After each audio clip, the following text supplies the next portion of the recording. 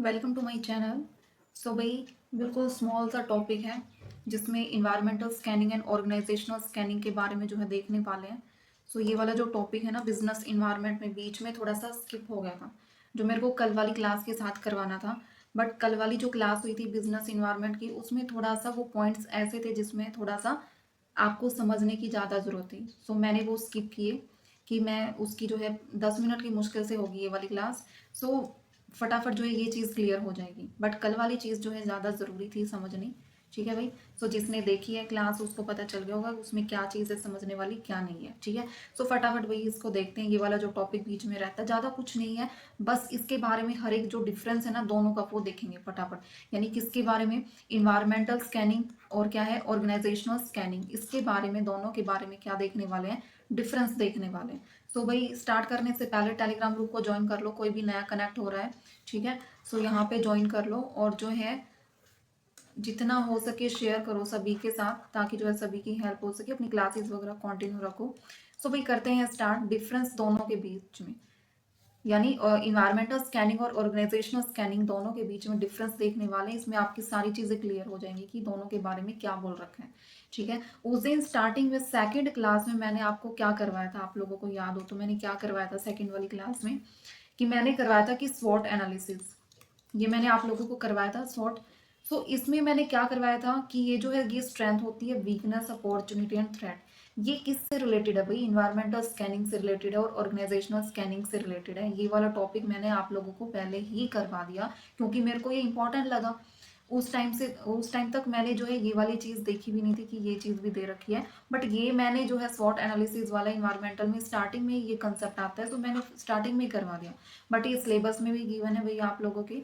सो अच्छी तरह से देखना है। ये उस दिन मैंने आप लोगों को करवा भी दिया, इसके ऊपर मैंने एमसीक्यूज भी करवाए थे और बताया भी था कि क्वेश्चन क्या पूछा जाता है। सो भाई स्वॉट एनालिसिस एक बार देख लेते हैं। यहाँ पे मैंने क्या बताया था, यहाँ पे लगा लो आप स्ट्रेंथ, वीकनेस, ये अपॉर्चुनिटी, ये थ्रेट, ये हो गया। ठीक है। सो भाई स्ट्रेंथ और वीकनेस जो है मैंने आपको क्या बताया था कि ये दोनों क्या होते हैं भाई, इंटरनल फैक्टर्स होते हैं। कौन से होते हैं, इंटरनल बोलोगे इसको। और ये अपॉर्चुनिटी और जो थ्रेट है ये कौन से भाई, एक्सटर्नल बोलोगे इनको। ठीक है, एक्सटर्नल इन्वायरमेंट इनको बोलोगे। सो ये जो है बिजनेस पे जो स्ट्रेंथ होता है ये पॉजिटिव इफेक्ट डालता है, और जो वीकनेस होता है ये नेगेटिव डालता है। ठीक है, जो इंटरनल ऑर्गेनाइजेशन होती है। और ये अपॉर्चुनिटी होता है ये पॉजिटिव इफेक्ट डालता है, और ये जो थ्रेट है ये क्या डालता है, नेगेटिव। ठीक है, हुआ भाई इतना क्लियर। और ये किसने दिया था, एल्बर्ट हेम्फ्रे ने जो है ये इसके जो है डेवलपर थे, ऑथर थे, मैंने उस दिन भी आपको बताया था। और 1960s के पीरियड में जो है इन्होंने जो है इसके बारे में एनालिसिस किया था, किसके बारे में, strength, weakness, opportunity and threat के बारे में। ठीक है भाई। सो आप यहाँ पे लिख भी सकते हो दोबारा रिमाइंड के लिए, एल्बर्ट हमफ्रे। ये ठीक है, ये है इनके डेवलपर जिन्होंने इसको डेवलप किया था, इसका एनालिसिस किया था। हुआ भी क्लियर। सो इन्वायरमेंटल स्कैनिंग में और क्या चीज़ें हैं ध्यान रखने वाली। ठीक है। सो इसमें जो है स्ट्रेंथ में क्या आप देखोगे, स्ट्रेंथ में मैंने क्या बताया था उस दिन कि इसमें जो है स्ट्रॉन्ग, यानी जो कंपनी के अंदर इंटरनली होता है, यानी ऑर्गेनाइजेशन के अंदर जो स्ट्रेंथ होती है, कौन कौन सी स्ट्रेंथ हो जाएगी, यानी स्ट्रॉन्ग ब्रांड नेम है उसका, ब्रांड नेम हो जाएगा। स्किल्ड एम्प्लॉय है वो भी उनकी स्ट्रेंथ है। फाइनेंशियल पोजीशन अच्छी है वो भी उनकी स्ट्रेंथ है। एक एडवांस टेक्नोलॉजी है वो भी क्या है, उनके अंदर एक स्ट्रेंथ है। ठीक है। वीकनेस में क्या आ जाओगे, लैक ऑफ स्किल्ड, जो है उनके पास स्टाफ नहीं है, आउटडेटेड टेक्नोलॉजी है, वीक फाइनेंस है उनके पास, पुअर डिस्ट्रीब्यूशन नेटवर्क, ये सारा वीकनेस में इंक्लूड हुआ। देन फिर क्या आ जाएगा भी अपॉर्चुनिटी में, आप लोग क्या लोगे कि इसमें जो है फेवरेबल गवर्नमेंट पॉलिसीज जो है इसमें, क्योंकि गवर्नमेंट की पॉलिसीज यानी एक्सटर्नल फैक्टर्स हैं ये। ठीक है ना। सो अपॉर्चुनिटी एंड थ्रेट के किसमें इंक्लूड होते हैं, एक्सटर्नल में इंक्लूड होते हैं। यानी इसमें जो टेक्नोलॉजी हुई, या फेवरेबल गवर्नमेंट पॉलिसीज हुई, या डिजिटल इंडिया वगैरह हुआ, टेक्नोलॉजी में जो इंक्लूड होते हैं, और ग्रोइंग मार्केट वगैरह, ये सारा अपॉर्चुनिटी में इंक्लूड हो जाएगा। जो है थ्रेट में क्या आ जाएगा भाई, जितनी भी नेगेटिव चीज़ है, यानी कॉम्पिटिशन ज़्यादा इंक्रीज हो रहा है, या चेंजिंग कंज्यूमर की प्रेफरेंस ज़्यादा इंक्रीज हो रही है, और क्या भाई रिस्ट्रिक्शंस वगैरह जो है, इकोनॉमिक स्लो डाउन चल रही है, ये सारे क्या भाई थ्रेट है। वो अभी क्लियर। मैंने आपको एक बार में रिवीजन भी करवा दिया है। ठीक है। हालांकि मेरे को ये करवाना नहीं था क्योंकि मैं आप लोगों को पहले करवा चुकी हूँ सेकंड क्लास में ही, बट थोड़ा सा रिमाइंड करने के लिए मैंने सारा कुछ ही बता दिया इसमें, ये हमने उस दिन देखा था। ठीक है। सो अब करते हैं दोनों के बीच में भाई डिफरेंस क्या होता है, इन्वायरमेंटल स्कैनिंग और है ऑर्गेनाइजेशनल स्कैनिंग। नाम से ही श्योर है भाई ये क्या है, इंटरनल। क्या है, इंटरनल, यानी इसमें क्या इंक्लूड हो जाएंगी, स्ट्रेंथ और वीकनेस।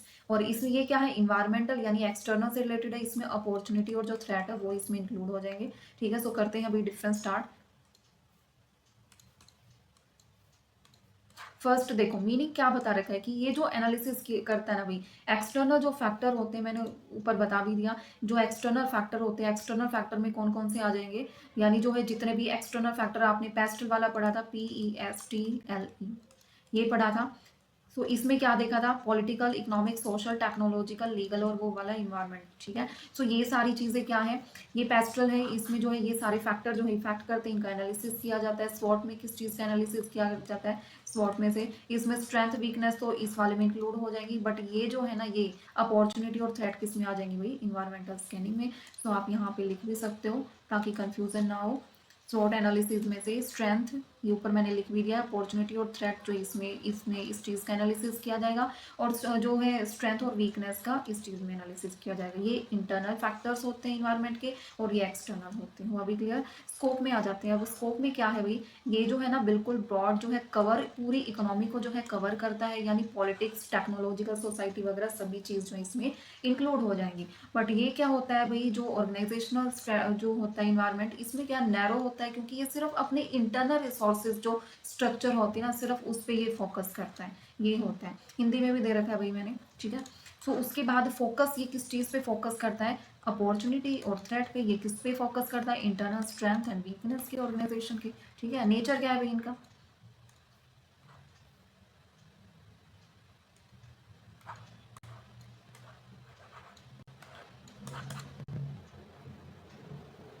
एक सेकंड भाई।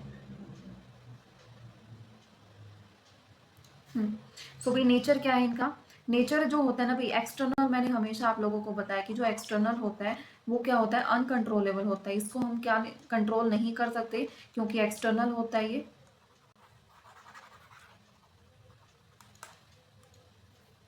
ठीक है, सो अनकंट्रोलेबल यानी नियंत्रण से बाहर होता है, इसको हम कंट्रोल नहीं कर सकते। अब देखो फॉर एग्जांपल टेक्नोलॉजी है, टेक्नोलॉजी में कोई भी चेंज आ गया भाई, आप उसको चेंज कर सकते हो। ठीक है, अब मोबाइल वगैरह इतने सारे आ रहे हैं, अब आपकी कंपनी उस चीज़ को अफोर्ड नहीं कर पा रही, सो आप चेंज कर सकते हो कि इस टेक्नोलॉजी को बंद कर दो।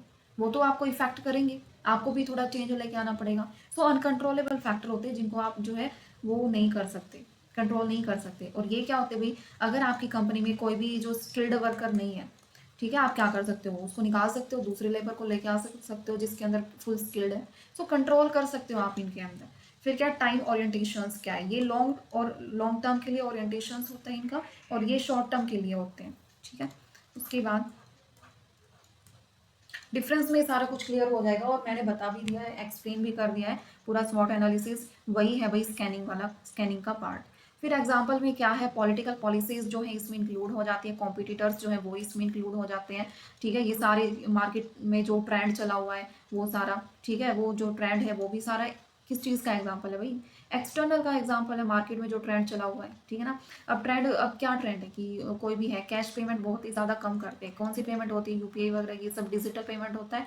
सो ये क्या है भाई, जो ट्रेंड चला हुआ है वो क्या है, एक एक्सटर्नल फैक्टर है, उसमें इंक्लूड होता है, उसमें हम कोई भी जो है उसको रोक नहीं सकते, कुछ भी उसका नहीं कर सकते। सो क्या है, ये किस चीज़ का एग्जाम्पल है भाई, ये है इन्वायरमेंटल स्कैनिंग का, यानी एक्सटर्नल फैक्टर का। फिर एम्प्लॉय ऑर्गेनाइजेशनल कल्चर जो है, कंपनी या कोई भी ऑर्गेनाइजेशन है उसके अंदर प्रोडक्शन की कैपेसिटी है, सो वो क्या है भाई, इंटरनल से रिलेटेड है। डिसीजन का स्पॉट क्या होता है, ये फॉर्मुलेट यानी helps in formulating external strategies. ठीक है, ये किस चीज़ में हेल्प करता है, इन्वायरमेंटल स्कैनिंग, ये जो एक्सटर्नल स्ट्रेटजी जो होती है उनको फॉर्मुलेट करने में हेल्प करता है, यानी जो बाहरी रणनीति बनाने में सहायक होता है। फिर क्या है, ये हेल्प करता है, ये जो है ऑर्गेनाइजेशनल में क्या है कि ये हेल्प करता है किस चीज़ में, ऑर्गेनाइजेशनल इंटरनल इंप्रूवमेंट की उस चीज़ में ये हेल्प करता है। ठीक है भाई, उसके बाद क्या है, लेवल्स ऑफ एनालिसिस, यानी मैक्रो और माइक्रो, नाम से ही श्योर है, मैक्रो यानी पूरा वॉल, ठीक है, कंप्लीट, ये यानी स्मॉल लेवल पे। ठीक है, ये माइक्रो लेवल एनालिसिस होता है, ये मैक्रो पूरा वॉल लेवल पे एनालिसिस होता है कंप्लीटली। ठीक है, डिपेंडेंसी यानी depends on change in external environment, यानी किस चीज़ पे डिपेंड करता है भाई, ये डिपेंड करता है, यानी जो एक्सटर्नल इन्वायरमेंट के जो चेंज हो रखे होते हैं ना, उस चीज़ पे डिपेंड करता है ये जो इन्वायरमेंट होता है। बट ये जो ऑर्गेनाइजेशनल स्कैनिंग जो ये वाला पार्ट है, ये डिपेंड होता है किस चीज़ पे, ऑर्गेनाइजेशन के इंटरनल जो रिसोर्सेज होते हैं, यानी स्किल्ड लेबर वगैरह, फाइनेंस कैसा है, उसकी जो है इमेज कैसी है, वो सारा कुछ जो है किस चीज़ पे डिपेंड करता है, इस चीज़ पे। रिस्पॉन्सिबिलिटी क्या होती है भाई, इसकी जो रिस्पॉन्सिबिलिटी होती है ना, मेनली टॉप मैनेजमेंट जो होती है, इसकी रिस्पॉन्सिबिलिटी वही जो है उसमें जो है वही जो टॉप मैनेजमेंट होते हैं ना वो इसमें इंक्लूड होते हैं एक्सटर्नल वाले में, बट इसमें इंटरनल में ऑल डिपार्टमेंट मैनेजर्स जो है वो सारे इसमें इंक्लूड होते हैं। फिर आ जाता है ऑब्जेक्टिव। ऑब्जेक्टिव क्या होता है, ये इसका जो मेन मोटिव होता है स्कैनिंग का, इन्वायरमेंटल स्कैनिंग का, ये आइडेंटिफाई करते हैं जो एक्सटर्नल और जो थ्रेट्स अपॉर्चुनिटीज जो होती है ना उनको आइडेंटिफाई करने में हेल्प करते हैं। और ये किस चीज़ को आइडेंटिफाई करने में हेल्प करता है, जो कंपनी के ऑर्गेनाइजेशन के अंदर जो स्ट्रेंथ और वीकनेस है भाई उनको आइडेंटिफाई करता है ये वाला। और इसमें टूल्स कौन से यूज होते हैं ये बताया ना पेस्टल। सो इसमें political, economic, social, technological, legal, environment, ये सारे जो इसमें इंक्लूड होते हैं स्वॉट में, यानी strength, weakness, opportunity, threat and quarter 5 forces जो होते हैं। ये जो पार्ट है ना भाई इंटरनेशनल बिजनेस, इंटरनेशनल बिजनेस में ये थ्योरी आती है भाई। ये जो बोल रखे हैं ना क्वार्टर 5 फोर्सेज, ये थ्योरी है भाई इंटरनेशनल में। जो नेट की यूनिट होती है ना, इंटरनेशनल और बिजनेस इन्वायरमेंट यूनिट होती है, नेट के एग्जाम में पूछी जाती है। सो ये क्वार्टर 5 फोर्सेज जो है बहुत ही ज़्यादा इंपॉर्टेंट थ्योरी है और एग्जाम में वहाँ पूछी जाती है। बट आपके सिलेबस में इंटरनेशनल बिजनेस जो है इंक्लूड नहीं है। सो ये वाला जो है मैं इस वजह से आपको नहीं करवा रही। ठीक है, देख लेंगे अगर इंटरनेशनल बिजनेस वाला सिलेबस में होगा ना तो फिर तो करना है ही। बट यहाँ पे इसका कोई वो नहीं है, सो नाम से ही श्योर है ये। फिर अभी इंटरनल ऑडिट और परफॉर्मेंस अप्राइजल, बेंचमार्किंग। ठीक है, ये जो है किस चीज़ के टूल है भाई, ये जो टूल है किस चीज़ के हैं, ये ऑर्गेनाइजेशनल स्कैनिंग के जो है टूल है। अब इसमें एक नया वर्ड यूज हो रहा है, बेंचमार्किंग। पता है किसी को बेंचमार्किंग क्या होता है? इंटरनल ऑडिट देखना, चेक करना हर एक चीज़ को, परफॉर्मेंस चेक करना, ये तो पता है भाई, नॉर्मल वर्ड है।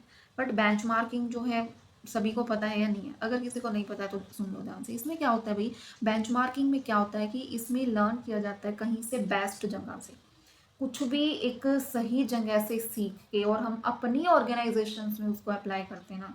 यानी कोई भी ए कंपनी है, ए कंपनी में बहुत ही ज़्यादा अच्छी स्ट्रेटजी वगैरह यूज़ कर रखी है।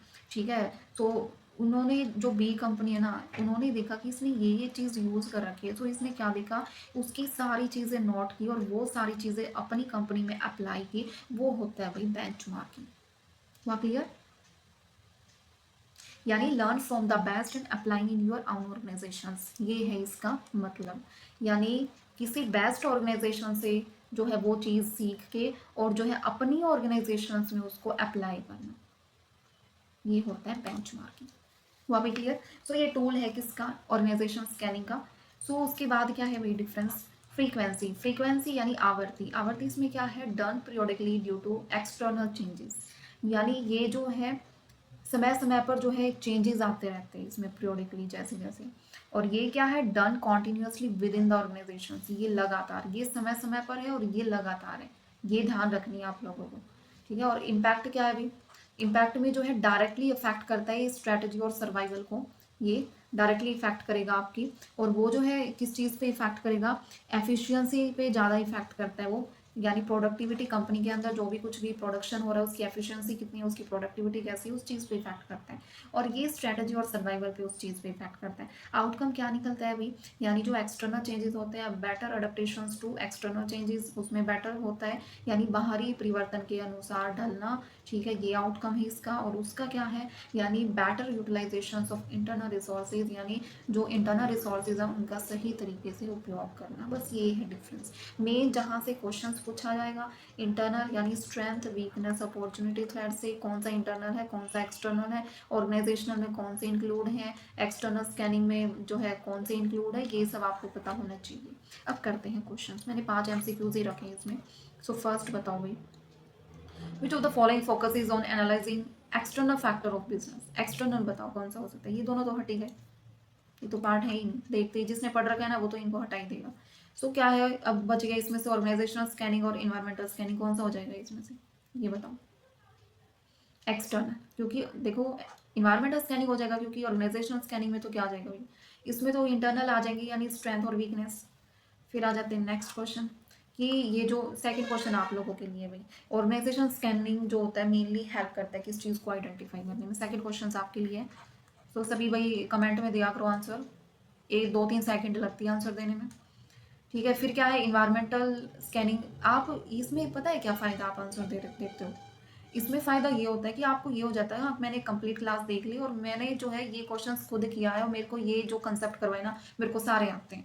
आपके अंदर जो है लास्ट में जब सारी क्लासेस जो है कंप्लीट हो जाएंगी, आपके अंदर एक इतना सारा कॉन्फिडेंस आएगा कि हाँ मैंने हर एक क्वेश्चन का मैंने खुद जवाब दिया था, कमेंट भी किया था, सो मेरे को जो है वो क्लासेस जो है मेरी कंप्लीट है बिल्कुल। सो ये फ़ायदा भाई कमेंट करने का।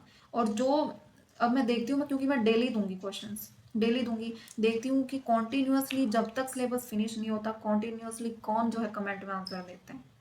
जो कमेंट में कॉन्टिन्यूसली जब तक सिलेबस कंप्लीट नहीं होता डेली क्लासेस में कमेंट करेगा आंसर क्वेश्चंस के, वही है भाई, वही सीरियस है, बाकी सीरियस नहीं है।